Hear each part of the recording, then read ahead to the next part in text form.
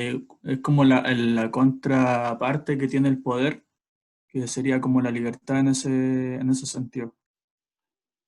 Y no sé, no sé cómo, más o menos cómo se ejerce más o menos, o cómo se, cómo se presenta, porque en el fondo decía algo de que cuando ya no existe poder, existe como la revolución, algo así.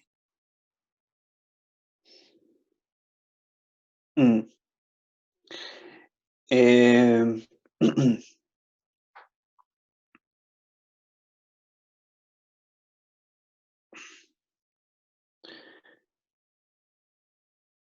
sí, Marta, entonces en ese sentido preferiría complementario. Sí. Eh, Pablo, sobre tu consulta, o sobre tu comentario, eh, como hemos dicho, digamos,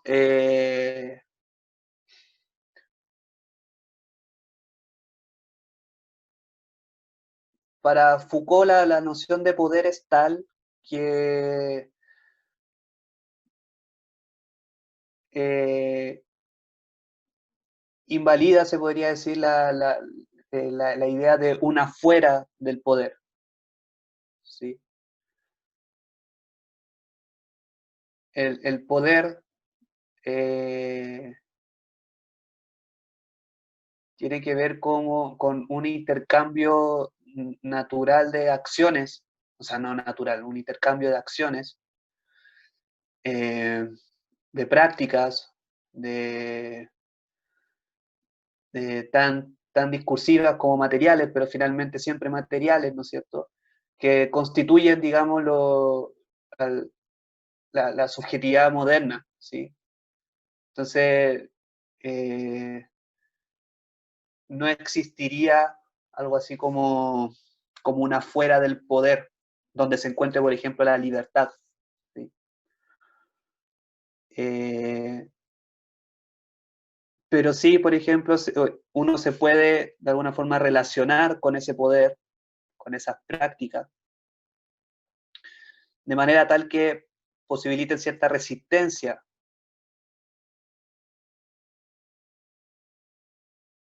Eh,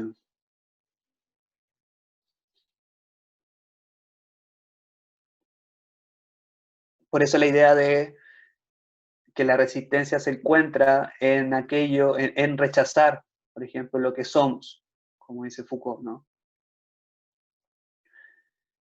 Pero no es que en ese rechazo, digamos, de lo que somos, es decir, en ese rechazo de esas categorías globales, generales, que, que invisten, digamos, al cuerpo desde prácticas concretas, nos vamos a encontrar, digamos, en un punto cero sin poder, ¿sí? Nos vamos a encontrar, digamos, con esa libertad absoluta, esa autonomía que tanto apelaban, digamos, los modernos. Foucault trata también de desprenderse de esa noción. Tanto los ejercicios se podría decir, de regulación mediante el poder, así como los ejercicios de resistencia mediante el poder, suponen, digamos, estar inscrito en esta trama social de prácticas concretas. La resistencia va en cómo nos relacionamos, digamos, con esas prácticas.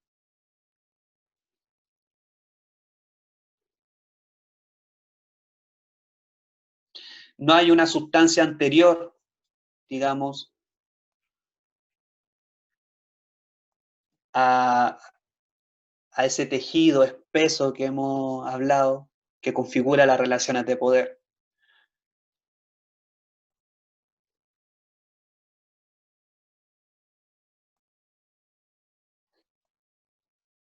Algo así, bueno, si queremos seguir desarrollando la idea, la existencia se caracterizaría por un constante afectar y ser afectado, ¿sí?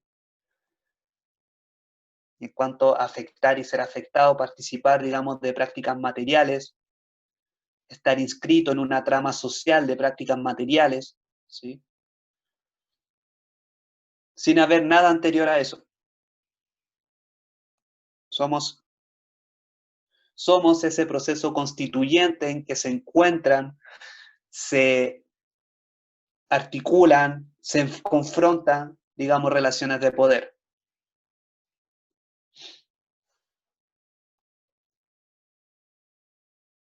Profe, que yo lo nombraba porque en el fondo, por lo que había pasado anterior a la pandemia, que era el estallido social, que yo creo que igual se significa mucho en ese sentido esos conceptos que plantea Foucault sobre lo que había pasado, porque ahí hubo un descontento o o un rechazo que se le dice en el texto de que estaba hablando Foucault, entonces me hacía ruido en ese sentido en cómo los sujetos ya como que se desprendían de esto, como de estos mecanismos que ejercía el poder y prácticamente como que se realizaba una revolución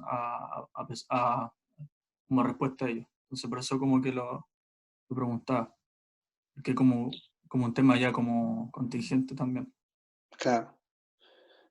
Bueno, en relación a eso, si queremos como interpretar, si ustedes quieren Foucaultianamente, digamos, el estallido social, uno podría pensar que hubo un proceso, digamos, y si queremos acotarlo al lenguaje que hemos ocupado, un proceso de rechazo respecto a lo que tradicionalmente se nos estaba diciendo cómo eran las cosas, ¿no? Y cómo justamente obraban las cosas. Un rechazo, digamos, a esos saberes globalizantes, a esas prácticas globalizantes, pero también a esos saberes y prácticas que nos individualizaban, como por ejemplo eh,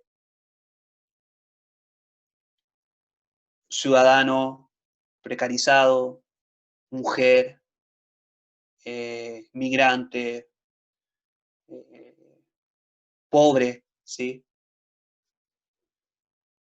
Entonces pareciera ser que hay un rechazo, digamos, con todo aquello, con todos aquellos saberes generales, con todas esas prácticas generales, con todos esos saberes y prácticas particulares que nos configuraban y nos conservaban desde cierta, digamos, sujeción.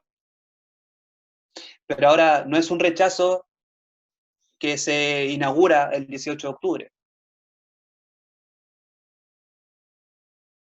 Es algo así, es una resistencia que se viene construyendo históricamente desde los movimientos, digamos, sociales, ya sea de los movimientos feministas, los movimientos de clase, los movimientos ecológicos, los movimientos, digamos, interculturales, etc.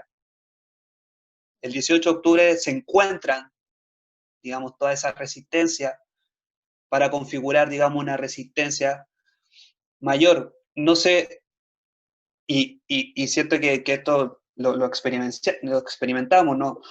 No se llegó a un punto de libertad absoluta. E incluso yo diría que más que libertad, lo que se expresó ahí es un encuentro, una confrontación.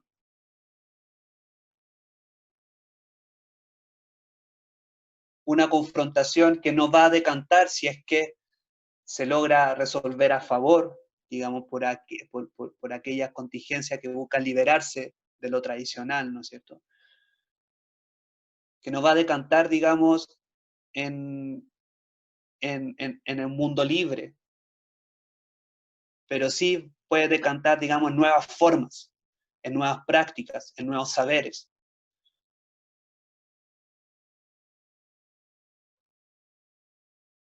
Pero sí me parece que el 18 de octubre en adelante se comienza justamente a generar una resistencia ya no local, ya no específica, sino pareciera ser que una resistencia generalizada, igual de generalizada, a la gubernamentalidad del Estado a la cual estábamos acostumbrados y acostumbradas. ¿Sí? Por eso a mí me parece lo potente también de interpretarlo desde esta clave de lectura, ¿no? Aquella resistencia que parecían de alguna forma parciales, que estaba tratando de rechazar, digamos, lo que se le estaba invitando a reconocerse, ¿no? los movimientos feministas